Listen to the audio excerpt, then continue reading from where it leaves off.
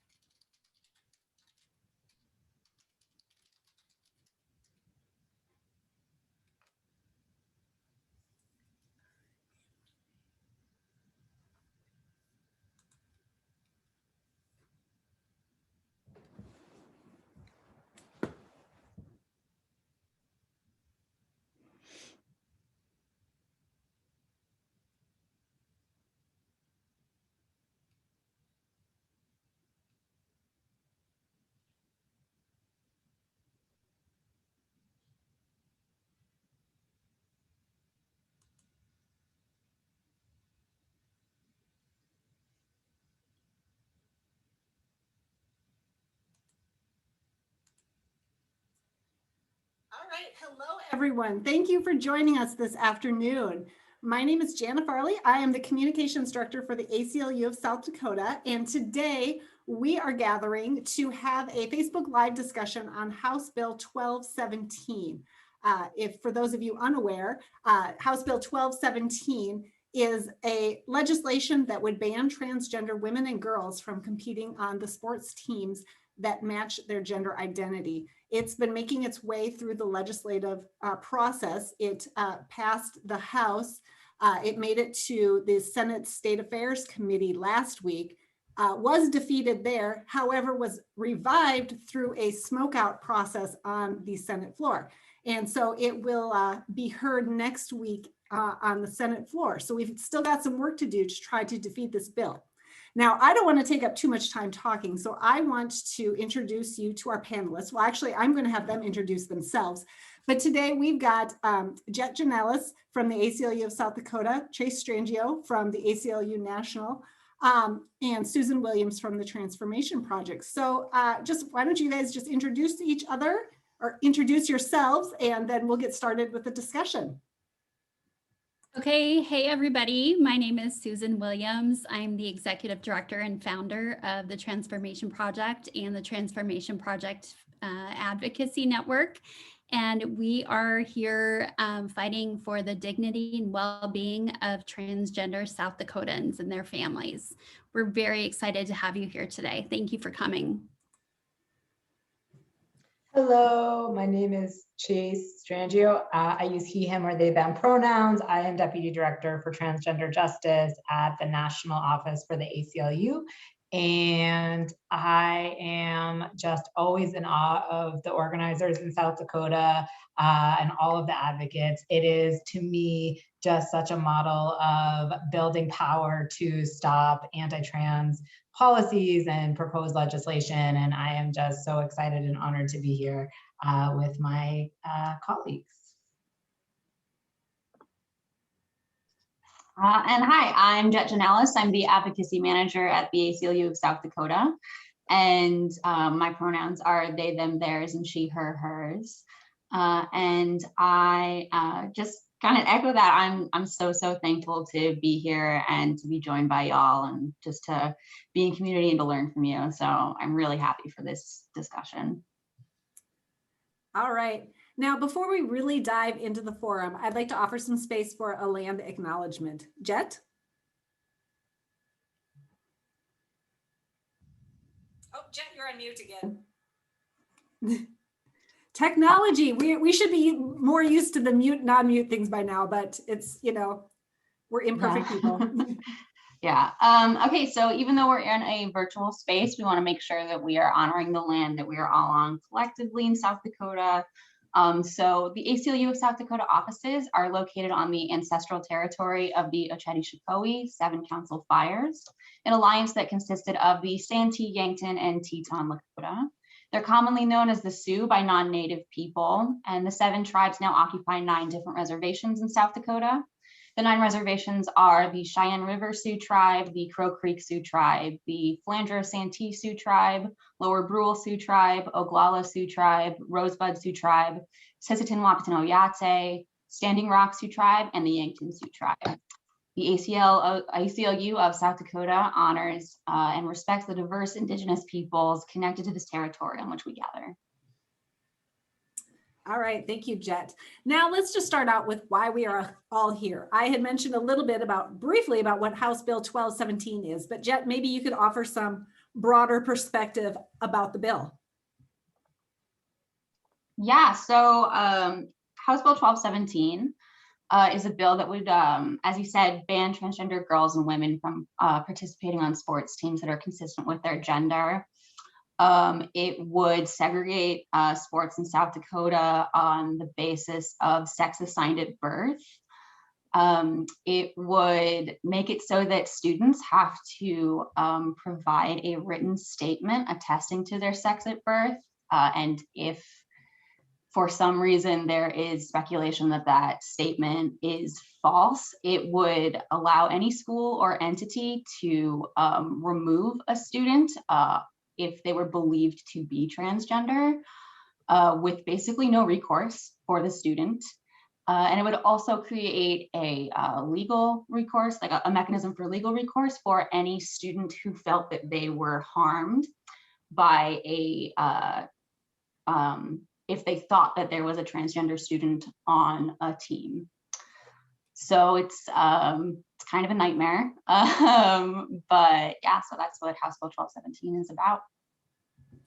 And where is it at in the legislative process? Susan, can you give us a little basic rundown of what we've seen so far and where it's going? Sure. Now, I, as of 3 years ago, didn't really even remember the legislative process from my government classes in high school, but it is a real interesting process when you look into how they pass a bill. So this bill was heard in the House committee and it passed through there, and then it was heard on the House floor and it passed through there as well. So then it made its way over to the Senate committee, and in the Senate committee, the bill actually died. So in normal cases, that means the bill is gone, it's dead, but there is something called a smoke out where legislators can revive a bill that has been killed. There are people that want to do this because they're upset with, the vote. They want their bill to go through, or maybe they didn't feel that they had a fair hearing in their hearing. So that's where we're at right now. So if it would go to the Senate floor this coming Monday, what's going to happen on Monday is they're going to vote on calendaring the bill. So once the bill is up for a vote for calendaring, they need 18 votes to be able to do that. If it goes through there, then it's on the agenda for that day. Since Monday is the last day in South Dakota, you can hear bills. So it's going to then be debated on the Senate floor by senators. No outside testimony or anything like that. Just the senators would be able to debate it, and then they would vote on it. Now, if it would go through, it would go to Kristi Noem's desk for her to sign. So that's why it is so important that we're working together to defeat this, because it's so close to passing and getting onto the governor's desk.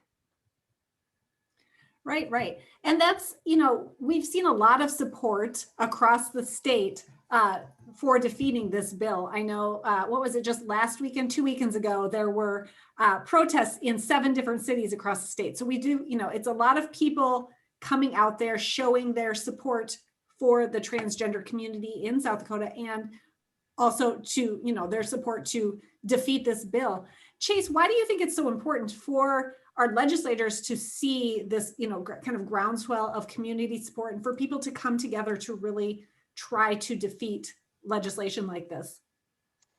Yeah, I mean, so first, it is incredible to see people organizing. Obviously, with COVID and it being winter, it can be really difficult logistically to come together. And so it's really been so inspiring to see the ways that people have mobilized in South Dakota. And that does send such a critical message to lawmakers to vote these measures down. They really do look to their constituents.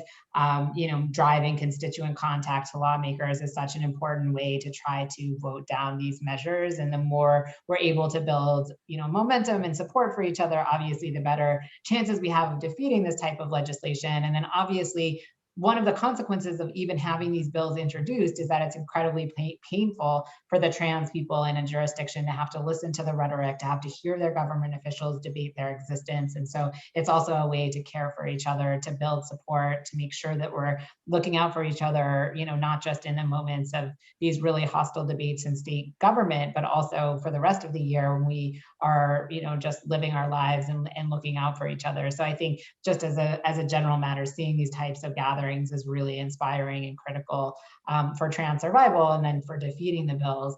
In terms of, why we need to push back against this type of legislation, this is just the newest iteration of legislation that's designed to attack trans people, to push trans people, out of public life in one way or another. We're hearing all this rhetoric about, quote unquote, protecting women's sports and the threat of trans kids in sports. First of all, none of the people pushing these bills are caring about women's sports. This is an opportunity to attack trans people, and in the process of doing, sort of embed in law these incredibly regressive notions of sex and open the door to gender policing of everyone. We have a lawsuit in Idaho challenging a similar bill that passed in Idaho last year, and we brought the case on behalf of a woman who's trans, who is competing at the collegiate level, and also a cisgender girl in high school who's challenging the bill because it opens the door to the policing of the bodies of all women and girls.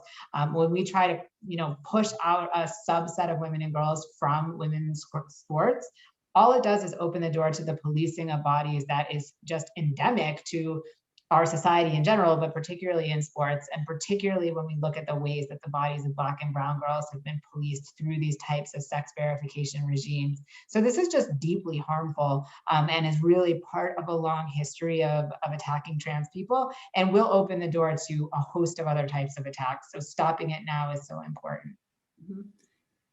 Yeah, and this is really, in South Dakota, the 7th attempt to ban trans people from sports, and one of almost 30 pieces of anti-LGBTQ plus and two-spirit legislation to be introduced at the state level. And just in our state, in South Dakota, we're a small state. What has it been like for the trans community in South Dakota to see bills like this every year? Susan, what have you heard from the trans community? What do you see? Well, one of the things that our nonprofit focuses on is supporting transgender youth and young adults and their families. And we see emails, DMs, texts, phone calls all the time once session starts. This year, it's so deflating. My own son, who is trans, just kind of came when the first bill dropped. He's like, well, what is it this time? It keeps coming, it keeps hitting.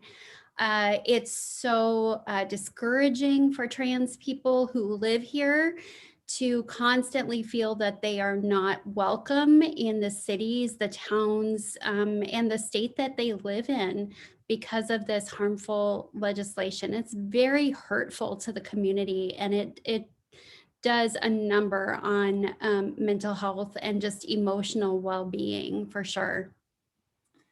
And that's so interesting because you think, during the legislative process, we're looking at a lot of numbers. We know a lot, bill number this, like this, HB 1217, Senate bill, whatever. There's a lot of numbers and, words. And I think sometimes people forget that they're people, that they're real human beings that these bills affect on a day-to-day basis. So in that term, in those terms, I mean, how important is it to, remind our legislators and the people these bills would really affect on a day-to-day basis to speak up about these bills? I mean, it's got to be hard. Sure. But... important? Oh, for sure, Jana. Really, when you think about it, most people go into public service to help people. And so a lot of legislation that happens is actually good legislation that is seeking to help people. But we do see time and time again hurtful legislation that is brought forward in South Dakota. So definitely there are so many different ways that you can make a difference, but really showing love and checking in on your trans friends and relatives often, all the time, but especially during legislative session in South Dakota, letting them know that you're here for them, letting them know that you are willing to stand up for them and that you're willing to take action, to call legislators, to email them, to meet with them on Zoom. There are so many things that you can do to help your trans friends and relatives. Now let's talk about this, House Bill 1217 a little bit more. With this bill, the supporters are saying that it's about protecting fairness in women's sports and protecting women. A lot of the the proponent testimony we've heard is from people saying, oh, I just want it to be fair for my daughter or my granddaughter. I don't want scholarship opportunities to be taken away from her. And some even say that this bill really could be the end of women's sports. What's that all about? Chase, give us a little more info on that. Yeah, I mean, I think on top of exactly what Chase said earlier, like the idea that this is about fairness in women's sports or about, protecting women is just, it's just a smokescreen. Like there's really nothing to that, because this bill actually, like, it wouldn't address any of the actual things that are threats in women's sports, like severe underfunding of sports, pay equity for coaches, and like sexist ideologies about women and girls being weak. This bill would literally actually make those things make those things worse, put those things in jeopardy, because it would jeopardize funding for sports by violating existing NCAA policies and Title IX. It would and like kind of what we've seen from legislators, from supporters of this legislation, a component of their messaging has been about women being weak and women not being able to compete. And I remember on the House floor, we actually heard, I don't remember who it was, but we heard legislators talking about how great it was to hear their fellow legislators who were women confirm male superiority. So it's just like, it's not about fairness in women's sports. It's not about protecting women. And that narrative is really just a cover for this attack, this attack that like completely erases trans women. And I mean, that's another thing that we've also seen on the floor is just the misgendering and the like just complete disregard and erasure, and just, I don't know, it's terrible. It's such a false narrative. Yeah, I think too, I mean, this has been part of the anti-trans discourse for years. When they were pushing the bathroom bills, it was like, women and children are no longer going to be safe in the bathrooms if we let trans people in. And so a way to weaponize fear, to spur this type of, sort of protectionist legislation, which is actually like part of a long history of very harmful impulses towards women. If you think about sort of what's been done in the name of like, quote unquote, protecting women, which is usually, exclusively means white, cis, straight women, that has fueled whole wars, colonial empires, the policing of the bodies of, people who don't fit into the proper categories of man and woman as sort of they're constructed under the dominant paradigms in society. And that's what this is sort of using the language of protecting women, of saving women, to fuel a misogynist discourse, the trans misogynist discourse that is very much about increasing the amount of control that the state has over the bodies of young women and girls.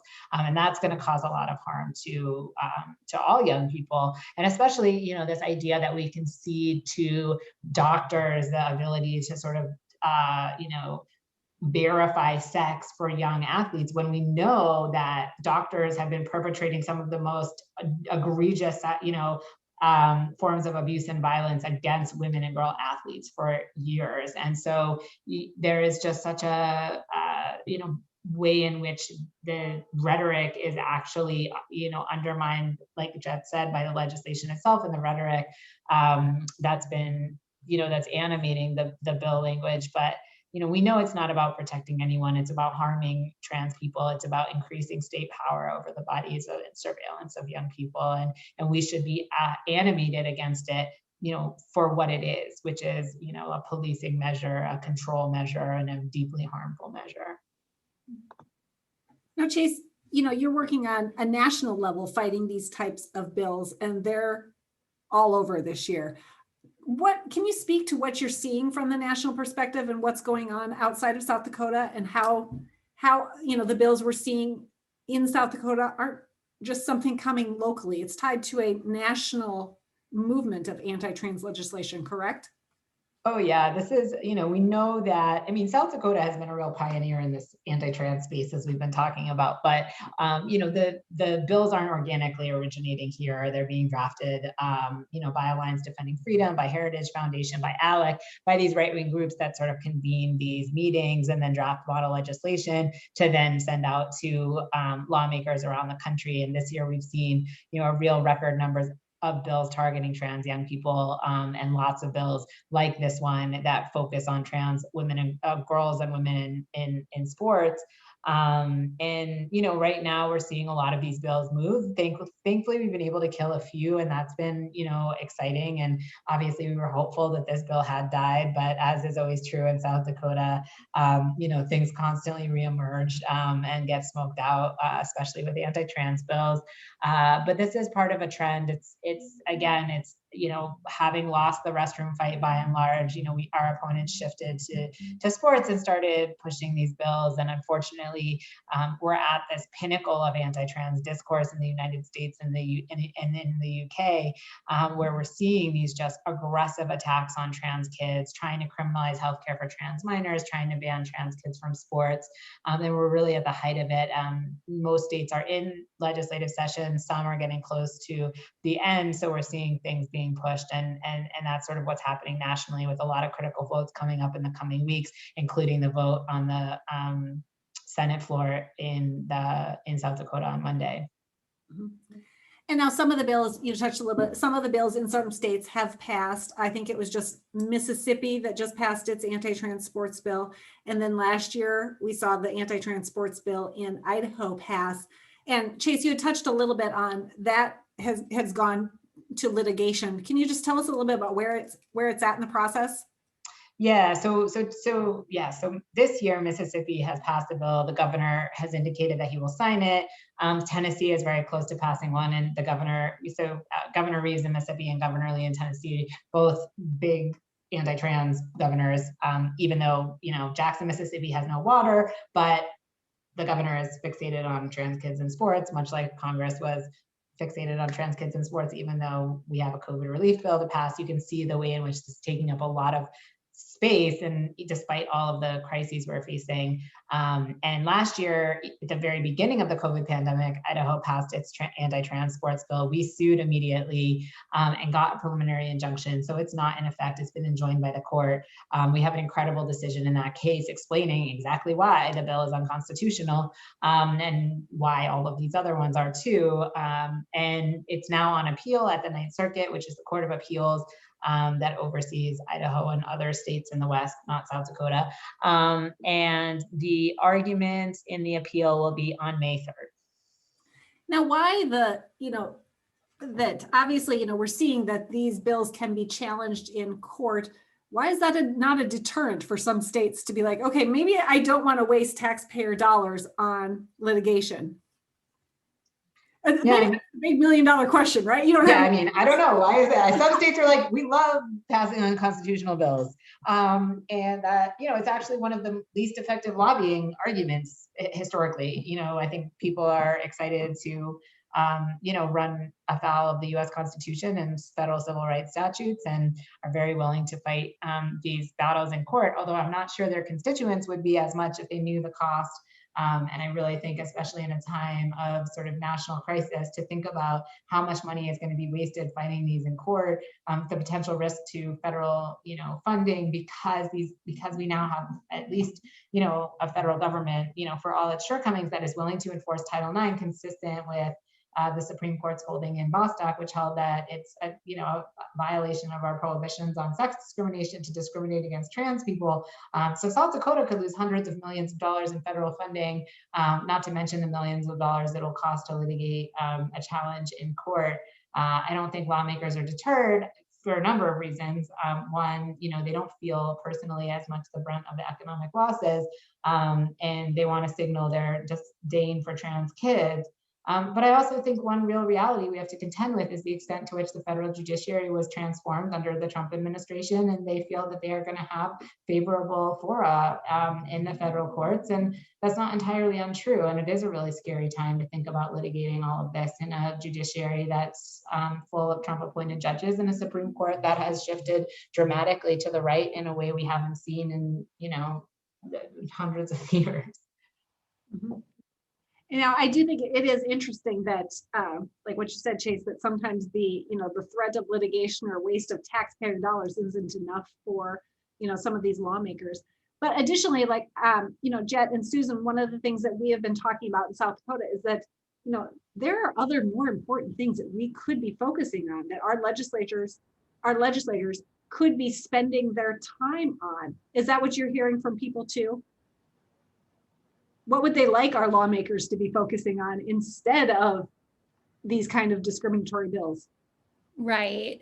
We're definitely hearing that from our families and from supporters. We know that they've spent hours dealing with this in committee on the floor, but also the numerous emails and the things that they have to dig through to learn about this topic and also read from their constituents. We've heard from lawmakers in the House and in the Senate that this is a very big issue that they want to deal with, and that they really feel like this is important for those of us that are in the situation where we know what kind of discrimination is happening through this bill. We just think, gosh, spend your time on things that are really important to all of the state. Jet, do you want to add anything on to that? Yeah, I mean, I think that's definitely something that we hear all the time. I think that this year there were a few different criminal legal reform sort of things that I personally would have loved them to spend a little more time on. South Dakota is the only state in the country that ingestion is a felony, and there was a bill to lower it to a misdemeanor this year that got killed pretty quickly. And so it's just things like that, like things like reforming our criminal legal system, because we have such a punitive, harsh system here, and I mean America generally, but in South Dakota. So that's one thing I'm like, I would really love to see them work on things that actually make things better in South Dakota. There's also like food insecurity kind of work to do here. There's tons and tons of different work to do here to make things actually better for the people here. Mm-hmm. So yeah, I mean, it's definitely something that I've heard a lot of, like, why is this the thing? Why every year is it anti-trans, anti-abortion? Why do we spend so much time on this? And it's as Chase said before, it's about control. And yeah, it's just, and I guess that's also the mass incarceration element is also control. But yeah, we could definitely do some other things rather than this. Mm-hmm. So now that, of course, leads to the big question of the day. What do we do? What can we do to stop House Bill 1217? What can we do this weekend to help stop 1217? Yeah, we're definitely on a time crunch here, but our legislators do pay attention to their constituents. At least, we hope they do. Most of them do. What can we do? Susan, what's going on? What are some of the specific things that people can do? Well, legislators are home this weekend. They're not in Pierre unless they just live there all of session. So you could definitely call their home number. If you haven't looked on sdlegislature.gov, I think is what it is, you can find their numbers and also their email addresses. But really reaching out to your senator specifically and saying, hey, I'm in your district and I oppose this legislation and here's why. Please vote no on 1217. That would be huge. Now, for those of you who are ready to get involved in some activism, we are doing a phone bank right after this from 2 o'clock till 3:30 Central. And we're also doing one tomorrow at 4 p.m. Central till 5:30. So if you're interested in being a part of a phone bank where we're calling people in these senators' districts and asking them to call their senator this weekend to ask them to vote no, please just DM us your email address and we'll hook you up. We'll send you the Zoom link. I will be doing a training for 15 minutes. So if you've never done a phone bank before, that's okay. I'll teach you exactly what to do and give you a script. And I would really encourage people to get involved with that. If you haven't yet reached out to your legislator, make that a to-do list item today. And Susan, I'll drop the registration link into the comments of the video here. So if anybody needs more information, they can do that. Thanks, Anna. Jet, what have you heard from people on, do these types of advocacy efforts work? What are you hearing? Oh yeah, definitely. I mean, I think people reaching out to their senators, sharing a story or a reason why they would be particularly affected by it, or why they believe, or why they want to stand up for people who would be particularly affected by it. It is really, really important to have that sort of personal connection. And I know that can be extremely hard to do that, especially when it does feel like, our legislators don't care and they don't care to learn. And, so, always share to your ability, of course. But those types of things can be really helpful when you are making that personal reach out to your legislator. And we get, not all legislators will respond, but we do get responses. We do see people, we have heard people say I got hundreds of emails on this. I know that our constituents care about it. I'm not gonna let it pass, So it absolutely is effective to reach out. And with, phone banking, reaching out to the people around you, reaching out to the people in your district, reaching out and just building who is going to be continuing to do that, to talk about it, just to keep the conversation going, and don't allow people to be silent. Don't allow people to pretend this isn't happening, or it doesn't, it doesn't affect me, so why should I care about that? Because it affects our community, it affects South Dakotans. We need to be talking about it. We need to keep that conversation going. So do not be afraid to talk about politics, because it's everything. And this is detrimental. This is life or death. So, we have to keep talking. We have to keep reaching out. So yeah, that's the way it is. That's what's gotta be effective. And Chase, these kind of advocacy efforts have worked in other states where bills like this have been defeated, correct? Yeah, I mean, the key has been constituent contact, pressure. We've been able to, defeat a few of them, and it's all about the sustained pressure. So I can't say enough, get out their phone, engage in the phone banks, if you're outside South Dakota, help raise awareness so that people in South Dakota know that they have these, last 36, 48 hours to contact their senators and make something happen. All right, I will also drop in the comments the link to the ACLU's page where you can easily email your senators. So take a look at that and take some action there. But that's about all the questions I have for all of you. I will just, leave it open for just any last comments from each of you. The dreaded open-ended last question, right? I mean, I can start. I just, I think that we are facing a crisis nationally in the conversation with the attacks on trans young people. The former President Trump was speaking about this at CPAC last weekend. There were incendiary bills introduced in Congress just for the sole purpose of sending a message to trans people, to trans kids that, we're not welcome. And I think that part of our prerogative is to organize and mobilize and defeat these things one by one. And even when we can't beat them, we keep fighting back and keep supporting each other. So it's an amazing time, as painful as it is to get involved, to stay involved and to show support.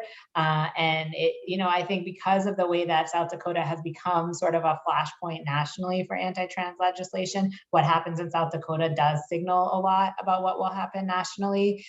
So this is a national fight playing out in South Dakota, and Monday's vote is going to be critical to see the trajectory of what happens, but no pressure. No pressure, no pressure. Jet, Susan, anything else to add?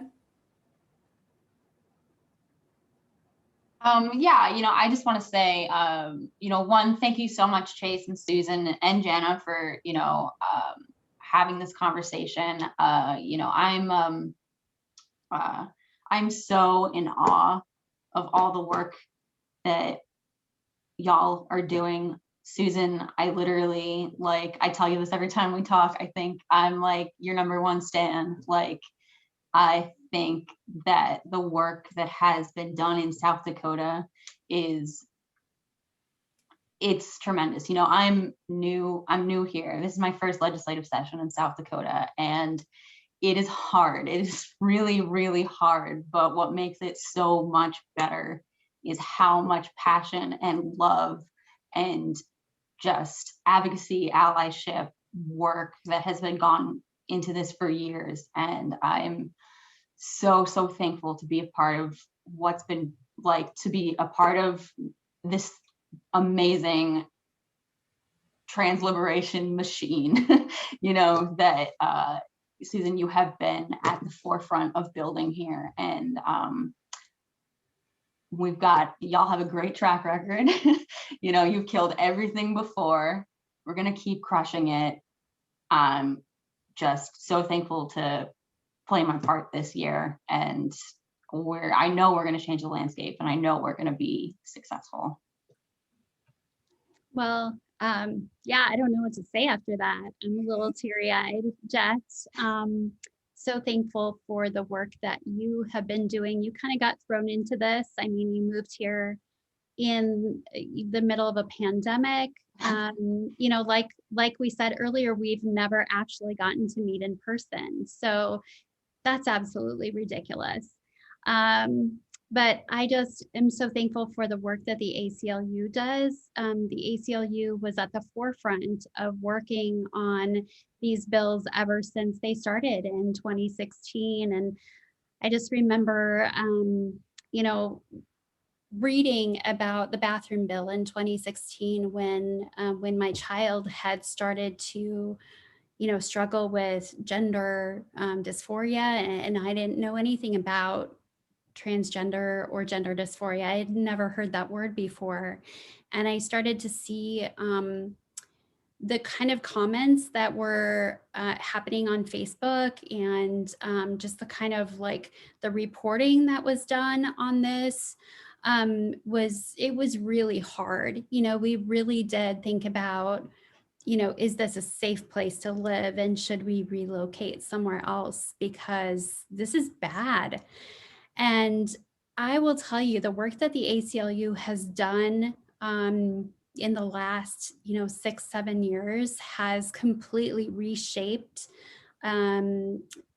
parents who are logging on to Facebook or online to see, to research gender dysphoria, or, maybe they have a family friend that is dealing with things, now they're seeing some support and some love and some community, and they're seeing that there are places they can go to help. They can reach out to Transformation Project and get the resources that they need and get the community that they need to be able to support their families. So things have shifted, and it's all of us together. And I want to just let anybody who is listening know we're all working on this in our own. We all play a part. There are things that Chase and Jet and Jana do that I am not gifted at. And if they weren't doing them, all the work wouldn't get done. So use your gifts. If you're not a phone person and you don't want a phone bank, don't phone bank. Get a hold of me and I'll find something else for you to do. So I just want to appreciate or send my appreciation to all of you. I am so thankful that we're all working together to fight this bad legislation. And just know that we're here for you. If anybody is out there that needs to connect with somebody, we're here. Thank you again. Yes, thank you. Thank you all three of you. Just talking with you all today has just kind of re-energized my spirits a bit to continue this fight. It's hard work, but we're doing it. So thank you, Chase, Jet, Susan. Such a privilege to chat with you all today. Thank you. Yeah, this is the cheesy bye to our Facebook Live audience, right?